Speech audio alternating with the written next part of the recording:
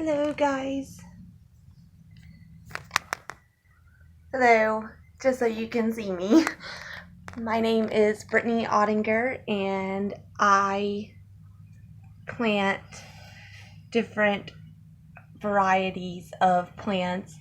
I have herbs that I usually grow in my kitchen, and usually I grow succulents, but the last couple years I've been getting into more different types of plants and learning about carnivorous plants like my Venus flytrap here.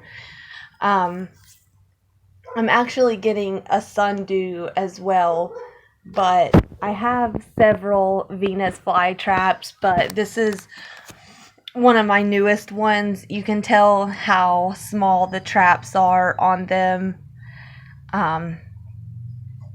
It's still very young plant. I've already fed this plant today. I've fed it 3 different types of bugs. This leaf actually has a fly in it. I don't know if you can see that or not. If you can see the little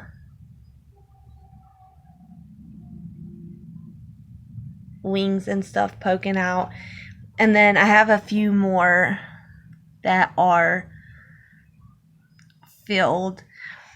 But the one thing that I've actually learned about growing these types of plants is that when I first started growing them, I was actually trying to fill every single leaf or trap with a bug. And I later found out, once my fly trap started turning black, that I had overfed it. So you usually only want to feed your Venus flytrap maybe 2 bugs every 2 weeks, which is usually what I do.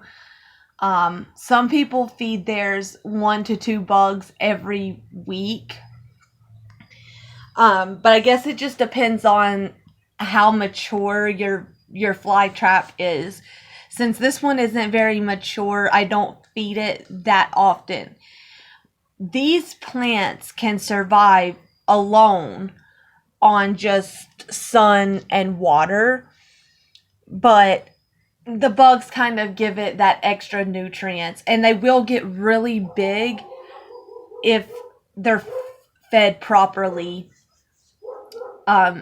Just don't overfeed them. Another thing is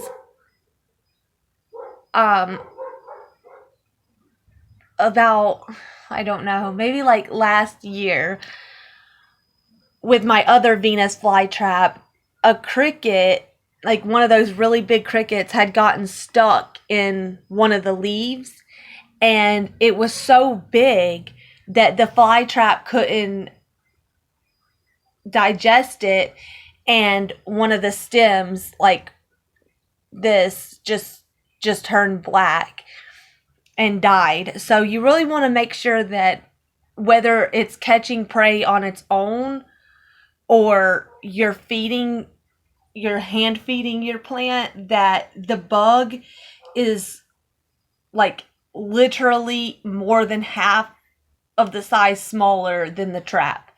Because if it's too big, it can't fully enclose, and then it can't digest it. These plants, if you're planning on keeping them year after year, these plants have to go through a dormancy period. I live in East Tennessee, so I live in the Knoxville area, and I usually try and keep them outside year round. The last couple of winters haven't been that bad. It still will cause them to go into a dormancy period, but it won't completely kill them off. Another way I know that you can put your plant into dormancy is putting it in the refrigerator. but you really want to acclimate your plant first before just throwing it into the refrigerator. This plant here does great. I have it in my windowsill in my closet, and it does great. I hand feed the plant. I don't really leave it outside enough for it to catch prey on its own. But in the summertime, I have so many flies in my house that honestly, my plants eat more than they can honestly handle. So that's really never a problem. As long as you're seeing new growth, like you can see down here, there's a lot of new growth and new traps coming up. As long as you're seeing green new growth, your plant is perfectly fine. If it's just one stem or one trap that's turning black, that's perfectly normal, because I think that they open and close like, I don't know, 5 or 6 times before they eventually just die.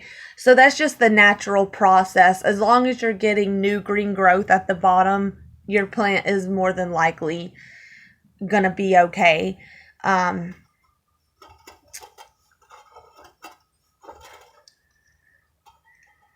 These plants are very, very particular when it comes to soil. They need a poor, nutrient-rich soil, so that's really important. Another thing that I actually learned, honestly, about several months ago is that terracotta pots are not really good for carnivorous plants. So I still have it in its plastic container, but I just dropped it down into this terracotta. I don't really know why I think they say the minerals or something in the pot. But for some reason they tell you not to plant them in terracotta. I think that they say plastic and ceramic was okay to plant them in.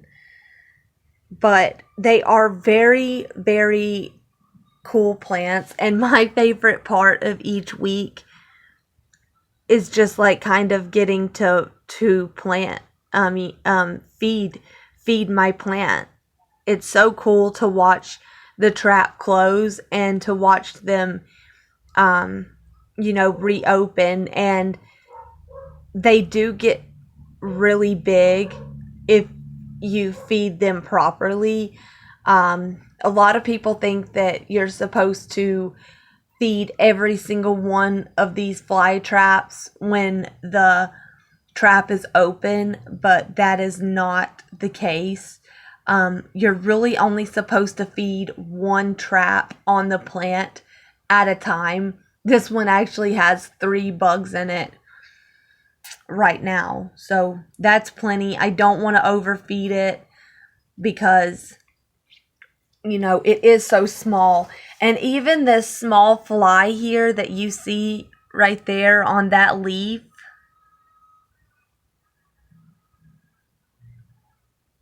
is still kind of hanging out of the trap.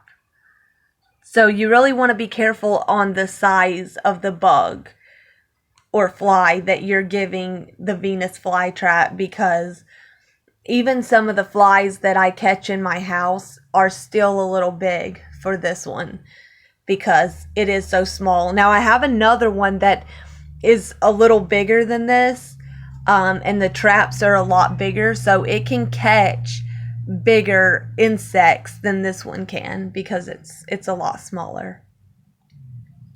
So maybe on the next video I can have all of my Venus flytraps out and show you guys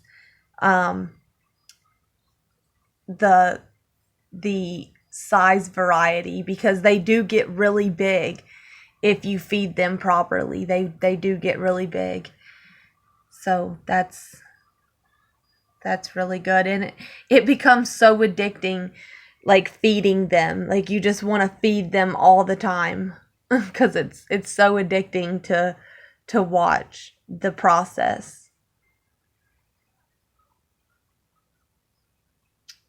Alright guys, thank you so much for watching my video. I hope that I could answer all of the questions that I've been getting asked about these types of plants.